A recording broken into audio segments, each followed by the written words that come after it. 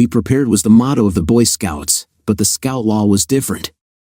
It stated that a Scout was trustworthy, loyal, helpful, friendly, courteous, kind, obedient, cheerful, thrifty, brave, clean, and reverent. Also, apparently, naive, foolish, overly trusting. Nick didn't have any other answers after reading the email on his wife's iPhone. Normally, he wouldn't have looked at anything on her phone at all, a fact she knew very well, so she hadn't bothered with any extra security.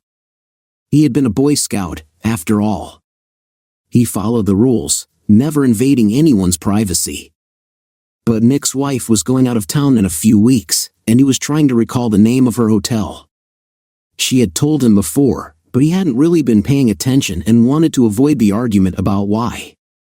Those arguments had been more frequent lately. The trip was going to be their longest time apart since they got married 5 years earlier, and Nick had been thinking of doing something romantic, like sending flowers. After all, what better way to show the woman he loved just how much than sending flowers while she was several thousand miles away in the city of love, Paris? It was indeed the city of love, but he wasn't the one she was going to be loving. No, that would be Dwayne, who was going on the trip too. After entering his wife's phone passcode, the date of their wedding, Nick found himself reading an inappropriate email exchange between his wife and Dwayne over the past several weeks. They talked about strolling down the Champs-Élysées at night and then taking a boat ride on the Seine under the moonlight. Almost as shocking as the affair itself was the fact that Nick's wife, Linda, and her lover, Dwayne, had been using their work emails for their personal messages. She should have known better. Dwayne too. Like Nick, Linda was a lawyer, and Dwayne was a paralegal at Linda's firm. All three of them had done enough document review during large litigation cases, where teams of lawyers and paralegals read hundreds of thousands of emails for discovery purposes. There was always a story about someone having an affair and how it could complicate a case, and here it was, happening to them. The truth was, Nick hadn't been paying attention when Linda originally mentioned the trip and the hotel because something felt off. His instincts, honed by 5 years of listening to clients omit the truth and lawyers carefully skirt around it, had picked up on it. Linda had originally told him about the trip, a very boring arbitration matter that was going to keep them so busy they wouldn't even have time to enjoy the sights. She had said it while not looking at him and too casually. She knew Paris was one of Nick's favorite cities and one they had always talked about visiting together since Linda had never been there. Nick found her response odd but hadn't imagined anything close to the worst-case scenario he was now facing. The email string he was looking at was like a dagger to the heart. "Why don't you just ditch the Boy Scouts so we can spend more time together without worrying?" Dwayne had written last night. "He makes me feel safe," Linda replied. "So why are you betraying him at every opportunity?" Dwayne responded with a smirk, adding a smiley face emoji. Nick had no idea what he was going to do at the moment, other than print the email exchange on the Wi-Fi printer in the basement, just in case. As a seasoned litigator, his first instinct was to preserve the evidence.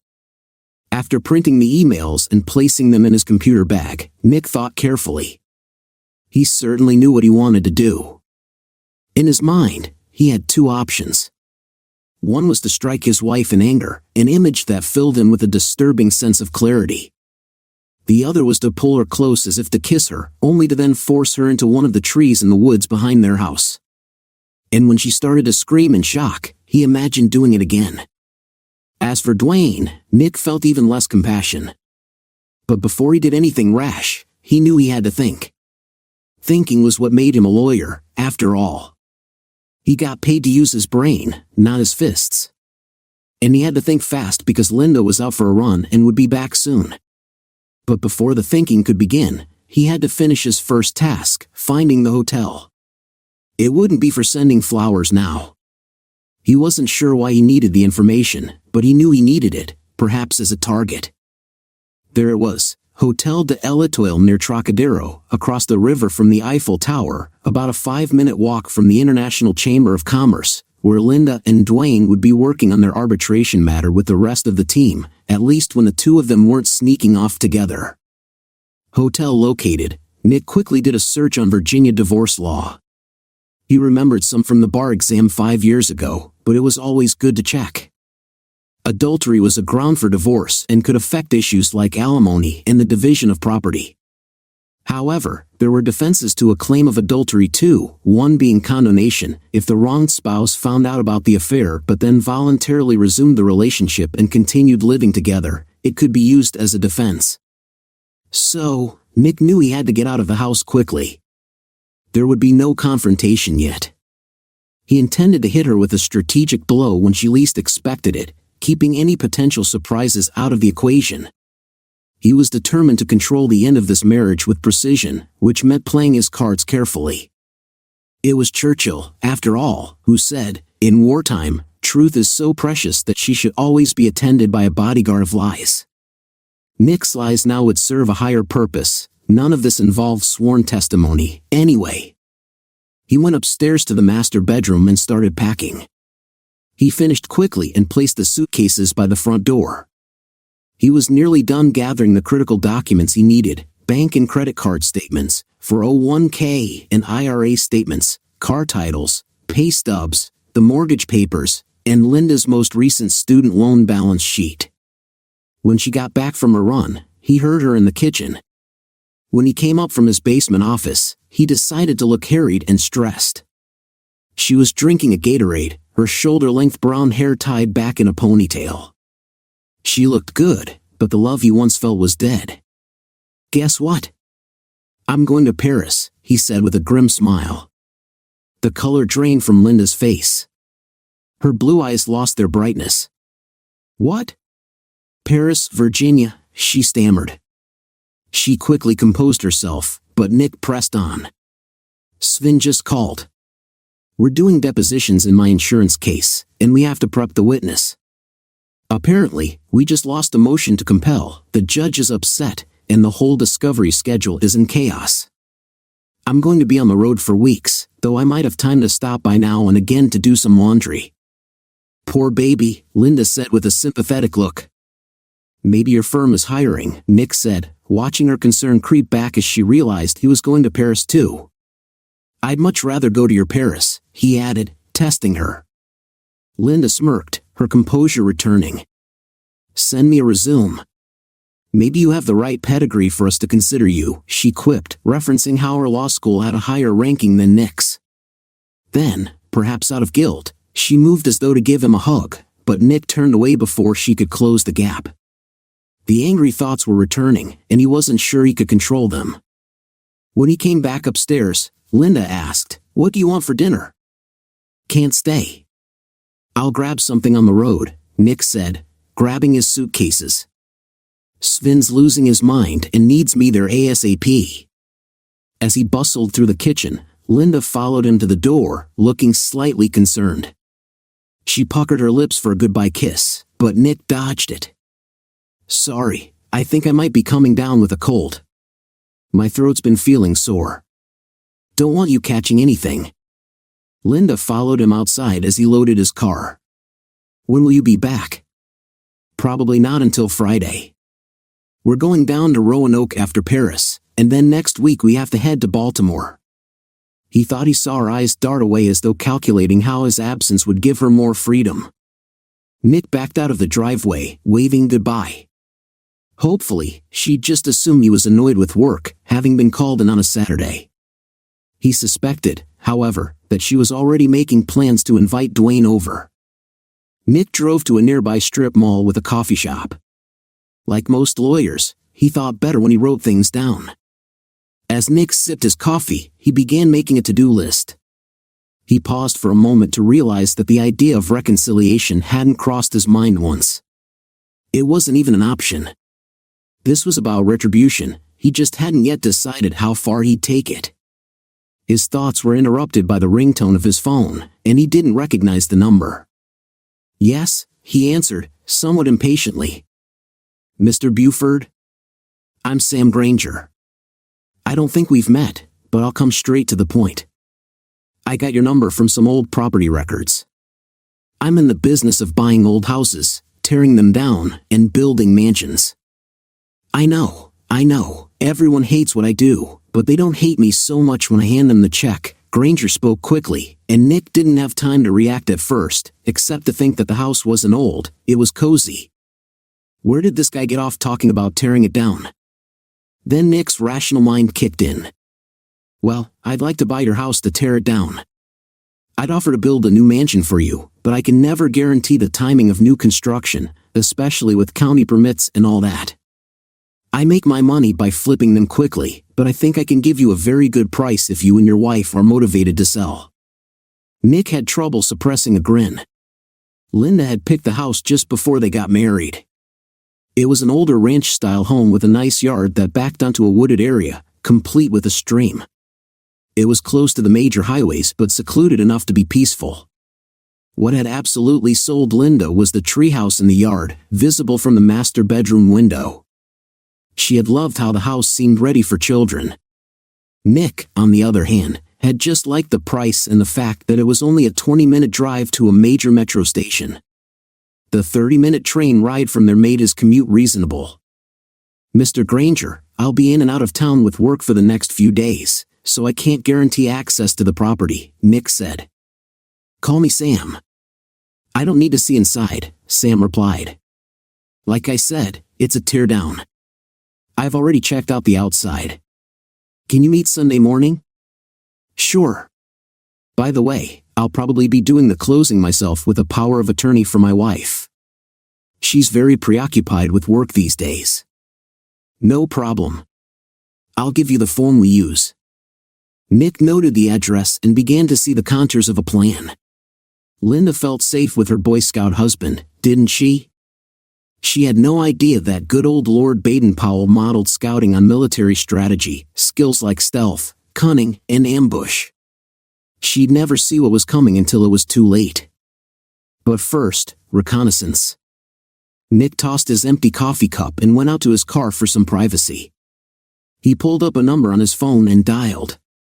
Frank, he asked when the call was answered. I need a favor, and I need it now. Frank Berry was a private investigator. During Nick's 5 years of corporate legal work, he had made it a point to also take on pro bono cases, helping people with legal issues who couldn't afford it. It appealed to his sense of public service and provided valuable courtroom experience that his day job didn't often offer. One of Nick's law school classmates had recommended Frank to help with a nasty divorce case where a stepfather had been abusing his stepdaughter. Frank's evidence had put the guy away when the police had been slow to respond, and the divorce was processed quickly as a result. Frank listened as Nick explained what he had learned. You think your wife will have him in your bed tonight? Is she really that bold? Frank asked. She's one of the top students from her law school class. Arrogant enough to think she can't make a mistake, Nick replied. I'll do this one myself. I owe you that much. That Rivera divorce case got me great publicity. The phone hasn't stopped ringing since. Thanks, Frank. By the way, there's a treehouse in the backyard. You might find it useful. It looks right into the master bedroom. I'll keep that in mind. You can get there through the woods, just cross the stream after dark. No fences, no dogs. There's a service road on the other side where you can park. Great, Frank said. If it's okay with you, I'll also set up a camera outside the house to monitor who's coming and going. Fine by me. And yes, I'm using Harry for the divorce. You assumed correctly. Good. I know how Harry likes his affidavit and report done. If you're right, we'll know soon enough. Nick then called his divorce lawyer, Harry. Is this about the law school reunion, Nick? Harry joked. I've already had 5 calls about contributing to their capital fund. No, Harry. I want to hire you. Linda's cheating, and I want to end this. After Nick brought Harry up to speed, Harry said, come by tomorrow. I know it's Sunday, but I'll be in the office dealing with paperwork anyway. We might as well get started on this. It sounds like you've covered the part about not condoning the cheating. Harry is handling the clear and convincing evidence aspect, but the tricky part will be the fighting over the financial settlement. She's a big firm lawyer too, so she'll have the resources to drag this out. Plus, folks at her firm will be giving her advice. Leave that to me, said Nick. I think we can settle this like civilized people. Then that means you are not going to burn the bridge? Okay, we can see what you come up with. His last call was more delicate. Hello, Maggie, it's Nick. The silence on the other end was deafening. Maggie, you son of a... Nice to talk to you too, honey. After all this time, what do you want? After all this time, I need your help. I thought Linda was your helpmate. It's about Linda. She's cheating. What a surprise. Can't help you emotionally or in that way these days. I'm dating, and I'm sure he's a lucky guy. Look, I'm sorry we messed around and let it ruin our friendship. I'm also sorry I let Linda kick you out of my life when I thought there was a chance we could get back to being friends. But as a friend, I really need your help now. A-hole. Let her stew. What do you need? He told her, and there was silence on the line, then laughter. I'm in, she said after calming down, but he could still hear the smile in her voice. You always did make me laugh. Thanks, Maggie. When the dust settles, you'll have to introduce me to Mr. Lucky so I can congratulate him on his fine taste and take you both out to dinner. It's a date, she said. He needed somewhere to hide out for a while and to plan, so he found a long-term stay hotel out past the Beltway in Fairfax, far enough from his and Linda's usual haunts that he was not at risk of being seen. After getting settled, he went for something to eat. He wasn't really hungry, but he knew he needed something in his stomach to absorb the alcohol he planned on drinking. A restaurant called El Mariachi was across the street from the hotel, which would do the trick, as the free chips and cheese would be easy to manage later. As the hostess seated him in a booth, he noticed the bartender looking at him. He seemed vaguely familiar, but Nick pushed it out of his mind. He had enough to worry about at the moment. Seeing pupusas on the menu meant that the restaurant was a Central American place pretending to be Mexican. Most Americans didn't know the difference. He ordered some cheap tequila with the food, knowing the hangover would be brutal the next day, but considering the pain part of the rite of passage. The waitress returned with a bottle of excellent top-shelf tequila and a highball glass. When Nick looked up at the waitress, she just pointed to the bartender, who saluted him. Nick acknowledged the salute and poured himself a generous drink. When the bartender went back to serving other customers, it took a moment, but Nick remembered who he was. He recalled the bartender as one of the spectators who sat through the Rivera divorce hearings as well as the criminal proceedings Nick had attended. He was always in the last row by himself. No one ever sat next to him.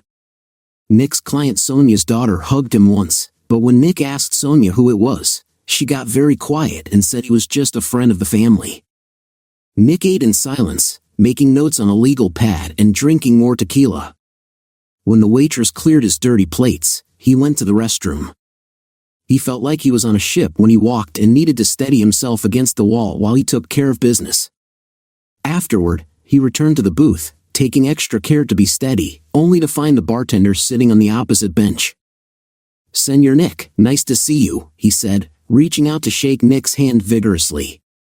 Nick sat down and waited. "I never thanked you for helping my cousin out with that scumbag she was married to." Nick tried to protest, insisting it was nothing and that he was just doing what little he could, but the bartender ignored him. "He got badly beaten up in prison, did you know that? Really badly.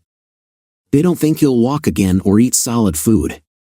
The bartender had a slight smile as he told Nick. A chill ran through Nick as he looked at him. "I hadn't heard that," Nick said. "That's yesterday's news. What brings you alone to El Mariachi on a Saturday night? Where's your lovely wife?" Nick looked the bartender straight in the eyes. The bartender was still smiling, not in a mocking way, but with a knowing look. Nick couldn't understand why he would ask such a strange question. How did the bartender even know he was married? Then it hit him. Linda had surprised him by showing up at one of the hearings and kissed him afterward. The bartender must have been in the courtroom. "She and I are having some problems," Nick admitted, seeing no reason to lie or hide the truth. "She's with someone else again." With a knowing smile, the bartender responded, "I'm not an attorney, Don Nicholas, but I do know that if you want to keep a secret, you shouldn't write it down and leave the paper out in the open." He gestured to Nick's notepad, which noted the elements of cheating and contained doodles, including one showing Dwayne getting stabbed. It also had Linda's name circled with a slash through it and a to-do list that included the phrase "burn the bridge." Nick shrugged. "Bad operational security, but at least I'm not betraying any client confidences. Any man in your situation has to ask himself what he wants. What do you most want in the world, Senor Nick? Not counting the money, if you could choose your revenge?" Nick didn't hesitate. "I want to confront her and let her know how much she's hurt me. I want her to see the consequences of her actions." The bartender's smile broadened, then he chuckled while shaking his head. "My friend, you're not thinking rationally. People who take violent revenge like that end up in prison. You don't want to go to prison unless it's to visit your clients and then leave, right?" The bartender paused, looking at Nick with sympathy. Nick nodded. "But perhaps I can be of some assistance. You helped my cousin with her little problem. She could have asked me for help, but for various reasons, she refused to do so. You, however, stepped in and took care of her." Nick tried to interrupt. "Sure, I got Frank to collect the evidence, but he made the police do all the work. It didn't hurt when I got one of the partners from my firm, a former assistant U.S. attorney, to have a quiet chat with the Commonwealth's attorney to make sure the criminal case was handled properly. I only showed up with my client to ensure she received the respect she deserved from the prosecutors. Her divorce was routine after her husband was convicted."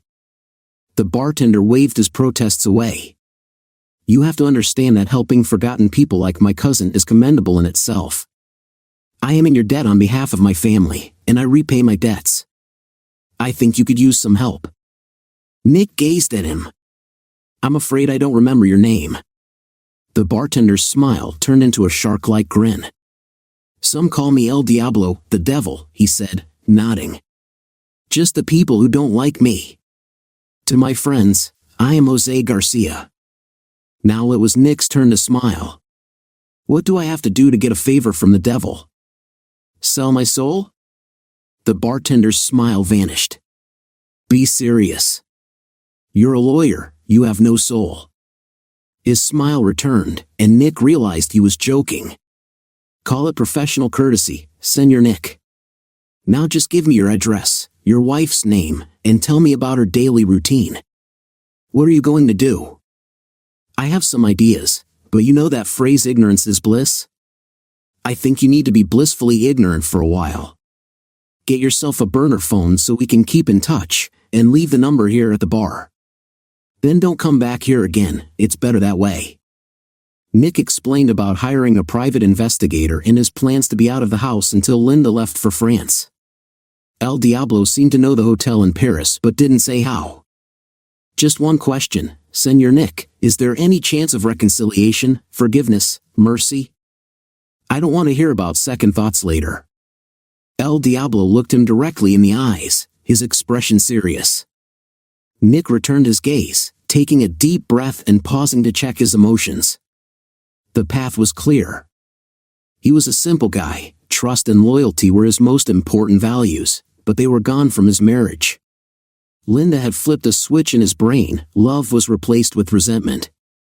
In time, he might not care, but that time was not now. "Good. Don't worry about a thing." The waitress came with the bill, but El Diablo shooed her away, allowing Nick to tip her generously. He also let Nick take the tequila bottle but warned him to slow down, he needed his wits for battle. Somehow, Nick woke up Sunday morning at a reasonable hour without much of a hangover. He arrived at Harry's law office at 10 a.m. and found Frank already there. "Sorry, Nick," Frank said. "She's definitely with someone else. He was there 2 hours after you called me and was still there when I left this morning. We got some very good quality video. I made you a copy, but you might not want to look at it." Harry interrupted, "You're better off not looking. I don't want you doing anything stupid and getting arrested." "Don't worry," Nick said, taking the DVD from Frank. "Give me the summary. I got up in that treehouse, just like you said, and they were all over each other. We got really clear shots of their faces. Honestly, they didn't do much talking, just physical interaction. Nick felt a sinking feeling. What did they do? Everything, in all different positions. They both had a lot of stamina. Thanks, that makes me feel worse. Sorry, anyway. I know Linda personally from that party you had last year, so I can identify her. We ran the guy's license plates, Dwayne Martin. We know he works with her, but we don't know how long it's been going on. It seems to be clear and convincing evidence to me. Oh, and we've got a camera covering the driveway and garage, so we can tell when they're coming and going. I'll email you the remote link to the live stream on our secure server. I talked to Harry, and I'm going to write a report and supporting affidavit for him to file. Sorry again, man, Frank said as he shook hands with both Harry and Nick before leaving the office. So what do you want to do? Harry asked.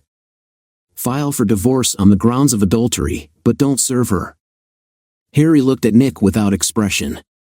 Trust me, when I hear those words, I start to feel uneasy. I don't want you doing anything reckless here.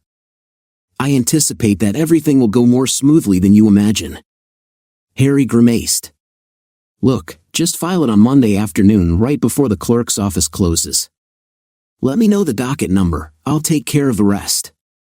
Just remember, Nick, I don't do criminal law, not well, anyway. If you need to get out of a jam, I won't be able to help. You're going to be pleasantly surprised, Nick said as he walked out the door. Nick's next stop was a meeting with Sam Granger. It turned out to be very productive, as Nick learned they could sell the house for more than $100,000 over the mortgage, all without real estate agent commissions. Linda would be thrilled if she knew. Nick promised to get back with the proper paperwork as soon as possible to close the deal. On the way out of Sam's office, he checked his phone, no messages or calls. She must still be with Dwayne. Taking the opportunity, Nick called his boss, Sven, to request 2 weeks off immediately or he would have to quit. Sven panicked, knowing Nick was the only one who understood the intricacies of the case, and agreed to his request. Fortunately, they were in a slow period, so Sven could give Nick some leeway. With the groundwork laid, Nick returned to his hotel to finalize his work. By Monday evening, he was ready. Linda had left voicemails Sunday and Monday night that he had not answered. He was saving all his energy for Tuesday morning. Thanks to Frank's camera in front of the house, Nick knew that Dwayne had spent Monday night there. Based on Dwayne's stay from Sunday night to Monday morning, he figured Dwayne would probably leave around 8 a.m. for work, with Linda leaving shortly after at around 8:30 a.m. At 7 a.m., Nick came through the front door, calling out, "Honey, I'm home." He heard footsteps upstairs, and then Linda came down the stairs in her robe, looking disheveled and shocked. "Surprise," she said, trying to sound cheerful but barely holding it together, clearly on the verge of panic. "I thought you were out until Friday. You didn't answer my calls." "I'm sorry," Nick replied cheerfully. "You know how it gets on the road." He pretended not to notice the wine glasses in the living room and headed straight to the dining room. Linda stood in the doorway, sizing up her next move, worried he might go upstairs where Dwayne was obviously hiding. A knock at the door startled her. "Can you get that, honey?" Nick asked, busy setting papers on the dining room table. Linda squared her shoulders and went to answer the door, perhaps expecting a process server with divorce papers. Instead, it was Maggie, who simply said, "Hello," as Linda opened the door. "Hello," Linda responded, following Maggie to the dining room table where Maggie opened a case. "Sorry, hon," Nick said, "but I don't know when I'll be able to come up for air again. You know I can't think of you going on an overseas trip without updating the powers of attorney, just in case we need to deal with financial or medical emergencies. Oh, and I got a lead on refinancing the mortgage to a really great rate since we're both traveling. I thought this would be a good time to get it done. Sorry for the short notice." He tried to look apologetic. "Who's this?" Linda asked, pointing to Maggie, her expression shifting as the tension in her temple eased a bit. "I'm Maggie," she introduced herself. Nick explained, "Maggie is a notary." Linda visibly relaxed. Though she still had a secret to hide, things weren't entirely spiraling out of control yet. "That's my Boy Scout, always prepared," she said with a grin, though her eyes remained alert. "Just who I am," Nick replied, handing Linda a pen and pushing papers in front of her. "The arrow flags tell you where to sign. Take your time to read them if you like." "I trust you," Linda said with a smile as she quickly signed the documents in front of her. He hoped she wouldn't regret her haste, as things could get complicated otherwise. As the saying goes, he who dares wins. As Linda signed each document, Nick arranged them and passed them to Maggie, who lined them up and notarized them. "Mrs. Buford, do you have a form of photo identification?" Maggie asked. Linda got up from the table to find her purse. Nick and Maggie exchanged a glance, quickly averting their eyes to suppress laughter. Linda returned with her driver's license, which Maggie photographed and noted in her notarial log. Linda offered coffee, but both Nick and Maggie declined. As Maggie finished noting the documents in her ledger, Nick rearranged everything into various folders. Linda's gaze kept drifting upstairs, calculating her next move to keep Nick from discovering Dwayne's presence. After Maggie finished putting her tools away, she gave Nick a smile when Linda wasn't looking. To give Linda some space, Nick announced that he had to do a teleconference and would head down to his basement office for it. Linda's shoulders relaxed, knowing she now had time to get Dwayne out the door and clean up the evidence of his presence before Nick emerged from his basement office. Nick went down to give her the illusion that she was still fooling him, pretending not to hear the heavy footsteps as Dwayne escaped or the sound of the garage door opening for his car. But when he heard the shower running in the master bathroom, Nick collected everything he had and quietly left through the cellar door, heading to his car without a word to his wife. 2 hours later, after a hearty diner breakfast, Nick was in Harry's office. Harry looked shell-shocked. "So you're telling me you got your wife to sign a CC 1406 form accepting service of the divorce complaint and waiving all future service of process and notice for any future proceedings?" "Yes, the properly notarized form is right there," Nick replied. "And you also got her to sign a property settlement agreement in which she gives you all the proceeds from any sale of your house, the cars, and any jewelry she owns, leaving you with complete discretion for the disposal of her personal effects. Plus, you both walk away with your retirement accounts without any alimony payments from you to her." "She makes more than I do anyway," Nick pointed out. "According to these papers, she's willing to walk away from the marriage with about $125,000 in retirement contributions and around $200,000 in undergraduate and law school debt, correct?" "Correct. She has always had a very generous nature." Harry narrowed his eyes at Nick and returned to the papers on his desk. "And you also got her to sign an affidavit in which she admits to the adultery and even acknowledges that her lover was upstairs in the marital bedroom at the time of the signing, having been there all night after being with her the previous evening? You're even telling me that her affidavit authenticates this email string where she talks about staying with her lover because he excites her?" Nick replied with an expressionless face, "The documents speak for themselves." Harry looked over the documents, then up at Nick, starting to smile before stifling it. "Screw it, I'll file all this. You're a respected member of the bar and a friend from law school. How was I to know you made all this up? It looked good to me. Your Honor, I am deeply embarrassed. I was completely taken in by my client's breach of trust. If anyone should be disbarred, it's Nicholas A. Buford, J.D., Esquire." "See where I'm going with this?" Harry asked. "Yep. If required, this notary will testify that Linda signed all this." "Yes, she will," Nick confirmed. "Will she testify that Linda reviewed the documents carefully?" "I wouldn't want to influence anyone's testimony, but as you said, Linda is an experienced lawyer with a specialty in litigation, so I'm sure she gave the documents the attention she thought they deserved. I am certain the notary will say she observed Linda Buford look at and sign each document. I cannot otherwise render an opinion about her state of mind regarding her understanding of the contents."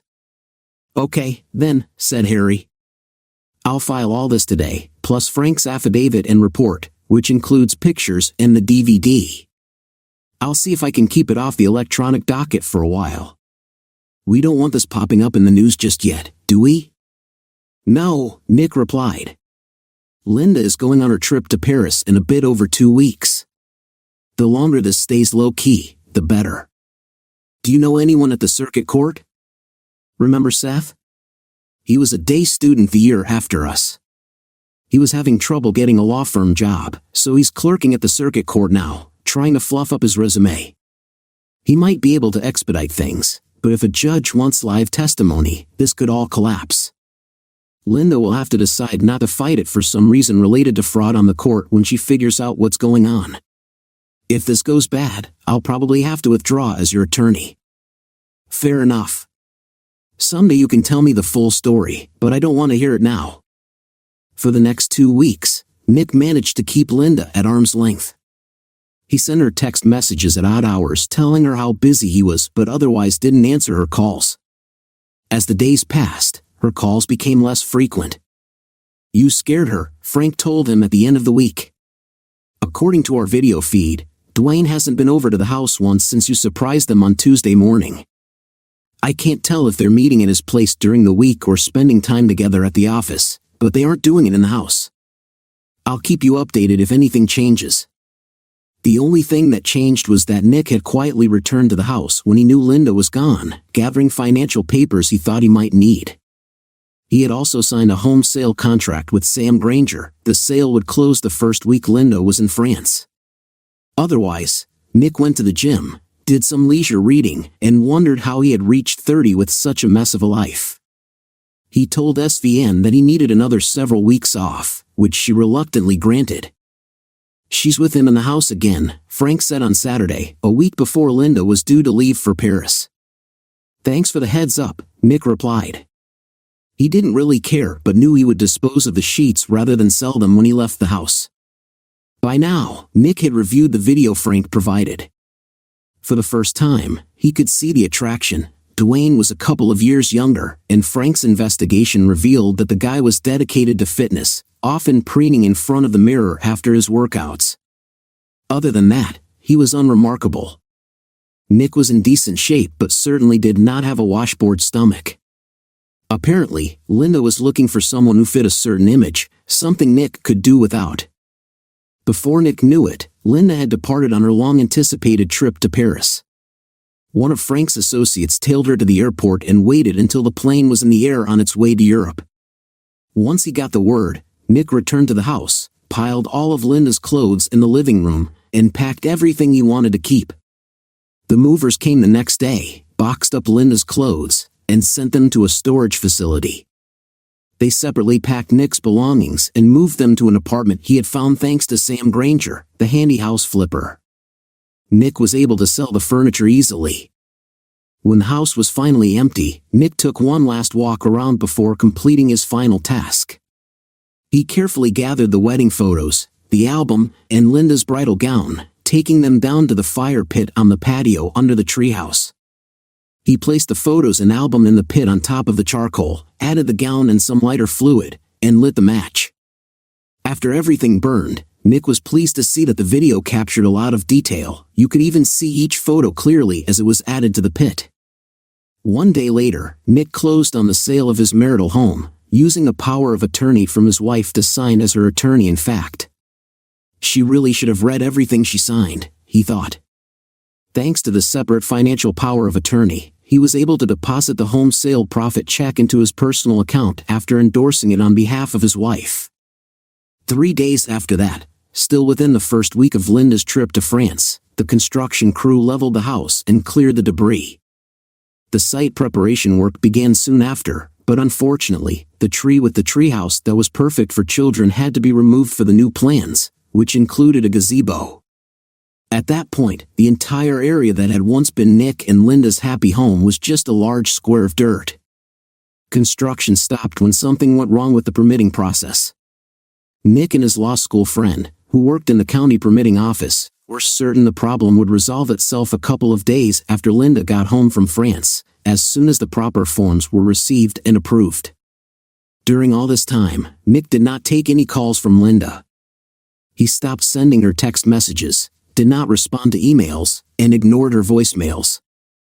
Some of her friends and family called, but Nick replied to Kurt that he was busy traveling, hoping to prevent them from trying to drive by the house to see him.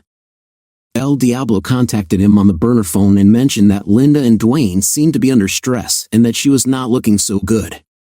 Maybe she suspects something is wrong, El Diablo speculated. Nick asked how he knew that. El Diablo simply said he had friends and family all over, even in Europe. He asked Nick if he was interested in recovering Linda's engagement and wedding rings. When Nick said no, El Diablo inquired if he minded if someone else acquired them. Not at all, Nick replied. I might know someone who would like them. On a Wednesday, just 2 days before Linda was due back from Paris, Nick was in Harry's office. I don't know how this happened, but here's the divorce decree. It's way faster than usual for this kind of case, and Seth wouldn't tell me anything I didn't want to know. I'm not asking, so count your lucky stars. Congratulations on being single again, here's a copy. I'll send one to your ex-wife. I'm sure she'll be thrilled. As Nick got to his car outside Harry's office, his phone rang. He didn't recognize the number, but when he answered, he recognized El Diablo's voice. Nick, you should take a vacation right now. Go to a place where there are lots of people who know you and can vouch for your whereabouts. El Diablo hung up, and Nick realized it had been a while since he saw some college friends who lived in New York City. Fortunately, their schedules were free over the next few days, so he took an Amtrak train that same day. He visited various shows and museums and went out to lunch, coffee, and dinner with friends, most of which he paid for with his credit card. He tipped generously at his hotel so that all the staff knew who he was. While there, he express mailed a copy of the DVD showing him burning Linda's wedding dress and album to her parents' house. Late on Sunday afternoon, after enjoying coffee and cake in Little Italy, Nick's phone rang. It was his father-in-law. Nick, where are you? Linda's going crazy. She's in the hospital. What's wrong with her? This was getting interesting. She got back from her trip on Friday, but she and a coworker were apparently kidnapped from the airport. They were both drugged and only got out this morning. The coworker was beaten nearly to death, and Linda, her father's voice faltered. Once upon a time, Nick might have been sympathetic. What happened to Linda? She woke up to find herself covered head to toe in tattoos saying horrible things about her. As soon as she woke up, some guy in a mask came in and punched her in the nose, breaking it and giving her 2 black eyes. Nick thought about the situation. He would have been satisfied with Linda's realization that he had outsmarted her in court, just like she had outsmarted him in their marriage. But this situation felt almost poetic in its irony. Sorry to hear that. I'm out of town at the moment. What would you like me to do? Nick could tell there was surprise on the other end of the line. You're her husband. She's your wife. Sorry, no. We got divorced. The order was issued last week. She's been unfaithful with the guy she traveled with. What part of that wasn't clear? Nick knew he was being cruel, but he didn't care.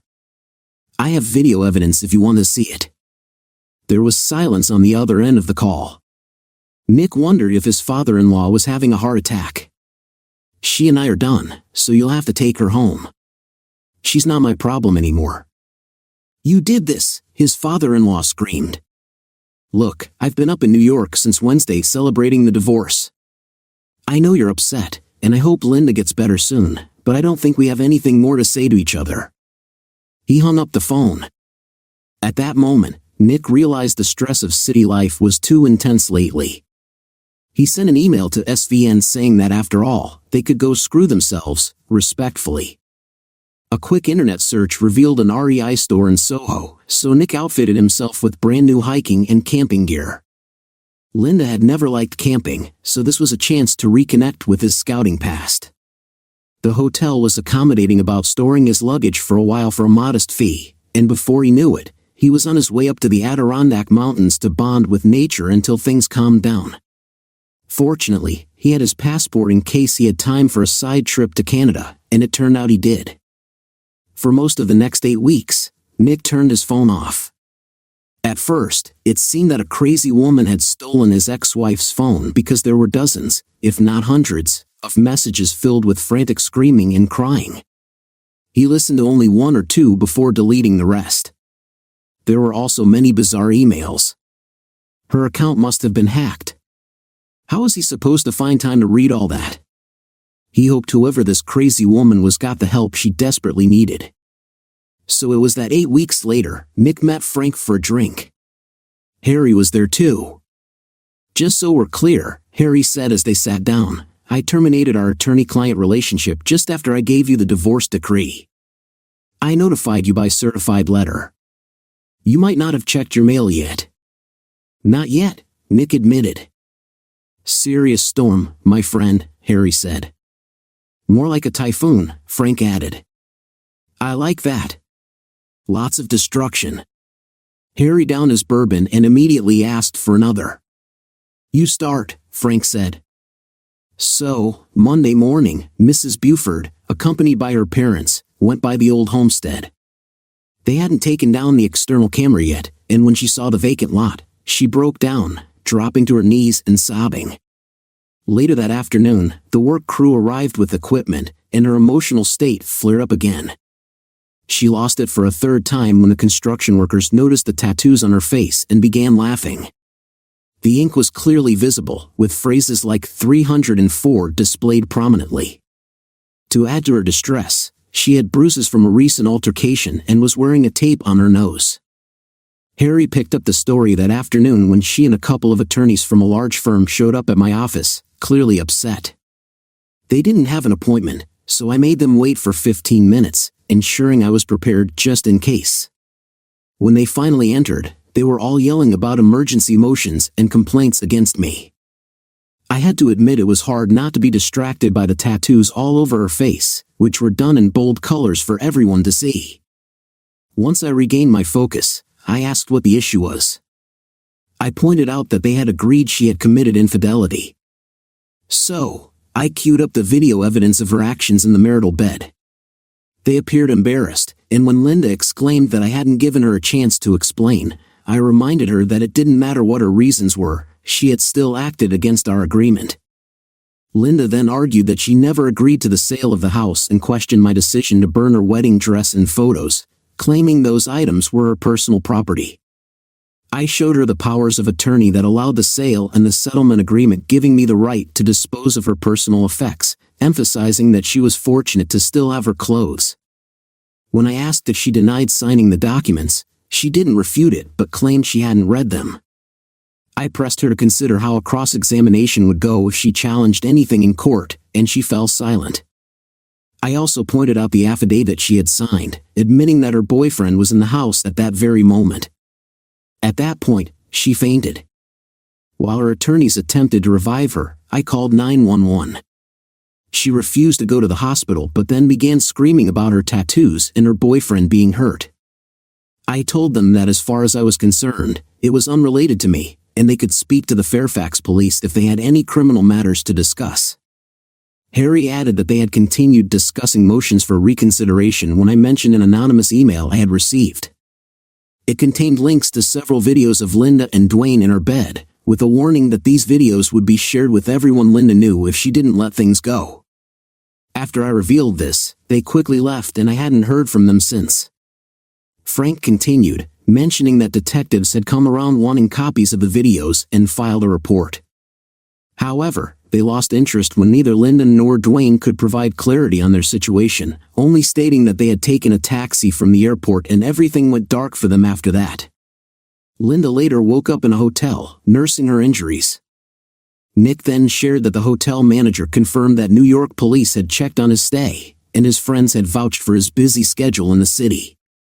Word is, Harry said that your ex is hiding in her parents' basement while undergoing laser tattoo removal treatment. The issue is that they charge by the square inch, and she is covered from head to toe, which must cost tens of thousands of dollars. That's unfortunate, Nick remarked. Harry shot a glare at Nick, while Frank kept his lips pursed to hold back laughter. What happened to him? Frank asked, referring to her boyfriend. Harry replied, he's pretty messed up. Lots of physical therapy ahead. He sustained some head injuries and multiple concussions, so he'll probably have difficulty finding another paralegal job. Their firm let both of them go too. It seems their relationship fell apart during the trip, which affected the arbitration negatively. Stuff got missed, exhibits weren't ready, and there were issues with witness outlines. They lost on the merits, and the client wasn't happy. The firm had to make significant concessions to keep the client for future work. Someday, Nick, you'll have to tell us how you managed all this, Frank said. Managed what? I'm a Boy Scout. Nick replied, grinning. Maggie was waiting in the car when I left. I'm a bit jealous no one asked if I actually notarized the documents or if she read them before signing. I was ready to say that I observed her review each one before signing, but I couldn't estimate how much time she spent doing it. We should discuss this over dinner. I need to treat you and Maggie to thank you for your help in getting me my freedom, Nick suggested. Maggie turned to him and looked over her sunglasses as he backed the car out of the parking lot. There's no boyfriend, you know, she said, half teasing. Nick braked hard and looked at her, surprised. Really? Now, shut up and take me home so you can begin the rather long and grueling process of apologizing to me. Nick smiled, but added, I have to stop at the post office first. Why? She asked. I'm sending a postcard to a friend, Nick said, pulling it out of the glove compartment. It featured the Boy Scout logo on the front. I'm asking her if she feels safe now. Dear listeners, please share your thoughts in the comment section below, and don't forget to like, share, and subscribe.